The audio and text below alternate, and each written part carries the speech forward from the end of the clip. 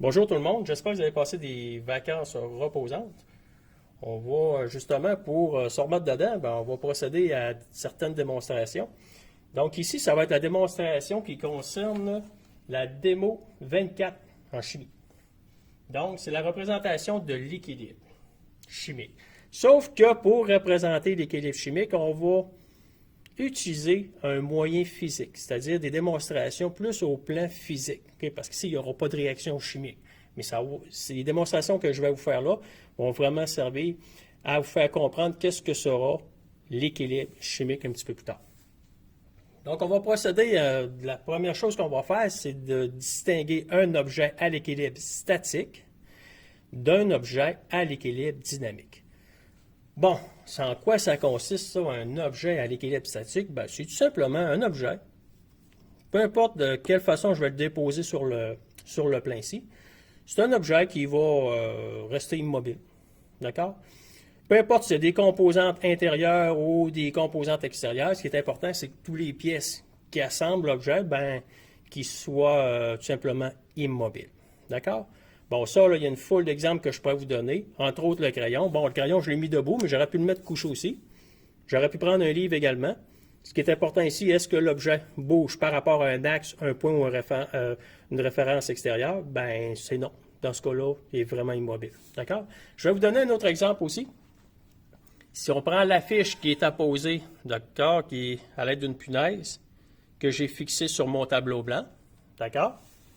Ben, les premières choses, la question qu'il faut se poser, est-ce que l'affiche bouge? Est-ce qu'il y a des pièces de l'affiche qui bougent? OK?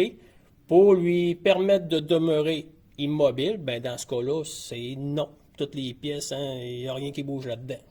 D'accord? Donc, ça, c'est un objet, OK, à l'équilibre, qui a un équilibre statique. Maintenant, on va passer à une démonstration concernant l'équilibre dynamique.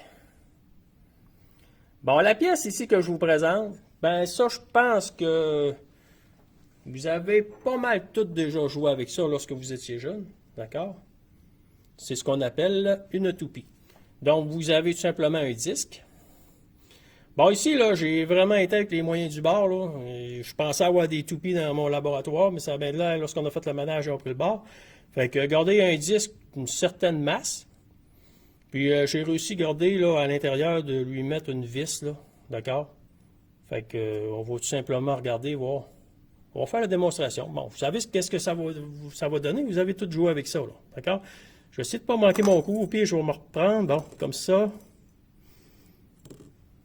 Voilà, je pense que là, ça va quand même assez bien. Bon, ici, l'équilibre dynamique, ce qui est important de voir, c'est que l'objet va garder une certaine stabilité. OK? Soit au niveau d'un axe, soit au niveau d'un point, ou soit au niveau d'une référence extérieure qui pourrait être dans le fond le comptoir. D'accord? Qu'est-ce qu'il faut se demander? Ben, est-ce que l'objet, oui, garde une certaine stabilité? OK? Mais ce qui est important en même temps, c'est qu'il y ait des pièces où même lui-même soit en mouvement. D'accord?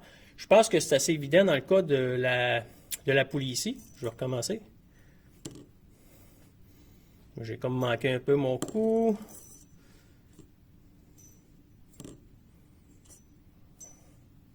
Bon, là, j'ai comme de la misère à avoir un axe qui est vraiment perpendiculaire, mais c'est pas grave, hein? Oui, vous avez un axe, OK, la poulie va quand même tourner, sauf qu'elle va demeurer sur son point d'appui sur le comptoir tant que la poulie va tourner. Là, j'ai manqué un peu mon coup, là, j'ai de la misère à lui faire donner une bonne vitesse, là, mais avec une bonne vitesse, OK, de rotation, ben, la poulie, là, ça irait pas bien, elle resterait bien droite, d'accord? Donc ici, c'est un bel exemple d'un objet qui est à l'équilibre dynamique. Bien évidemment, tant qu'il n'arrête pas de tourner et qu'il ne tombe pas sur le plan, sur le côté. Okay? Donc, ce qu'on peut voir, l'objet va avoir une rotation. Il va tourner, donc il n'est pas immobile. Mais par rapport à quoi? Bien, par rapport au plan dans ce cas-là. Okay? Puis, vous avez remarqué également, là, on avait une petite oscillation, mais si j'avais bien réussi là, mon essai, ben, ma toupie aurait resté là, parfaitement debout, là, okay? Sans que l'axe n'oscille autour, mettons, du point de l'axe des Z en 3 dimensions, si on peut dire. D'accord? Je vais vous montrer un autre exemple d'équilibre dynamique. C'est ce qu'on va appeler le gyroscope. Bon, ça, peut-être que vous ne connaissez pas. C'est un peu le même principe que la toupie. D'accord? Vous avez un disque, regardez à l'intérieur, qui va être libre de tourner. Vous avez un essieu également, qui va permettre à la poulie de tourner. Et vous avez évidemment un cadre. Le cadre va servir à quoi? Ben, c'est tout simplement, on va déposer le gyroscope, soit sur le comptoir, mais d'habitude, je vais utiliser ici mon petit support, d'accord, pour faire la démonstration. Évidemment, encore là, hein, comme la toupie tout à l'heure, il faut que je lui donne un bon mouvement de rotation. Donc, on va le faire tout simplement avec la sangle là, ici. Donc, on va insérer ça. Bon, il y a des petites encoches, là, un peu comme un engrenage. C'est ce qui va permettre, lorsque je vais tirer sur la sangle, ben, de lui imprimer quand même un bon mouvement rotatoire. Ça va? Donc, j'y vais. Là, ça peut arriver que je manque mon coup. On va se reprendre tout simplement. OK?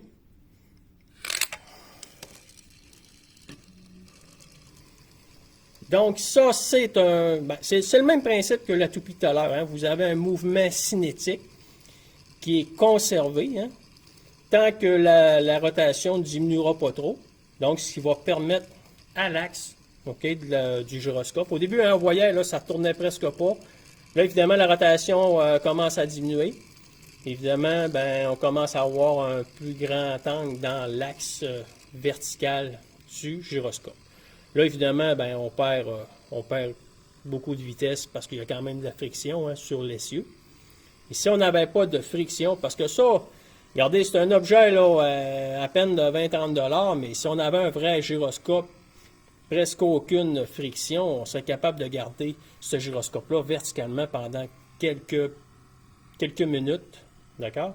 Donc ici, ben, c'est tout le temps une question de qualité. Là, évidemment, on faiblit. OK? Fait que là, ben, ce qui se passe, c'est que le gyroscope est en train tout simplement de tomber sur le plan. Je vais le refaire. D'accord? Mais au lieu de le mettre bien droit, ben, on va lui donner, on va le mettre à un certain angle avec le plan. Fait qu'on introduit à nouveau ici la sangle. Donc, je m'assure que oui, j'ai le bon.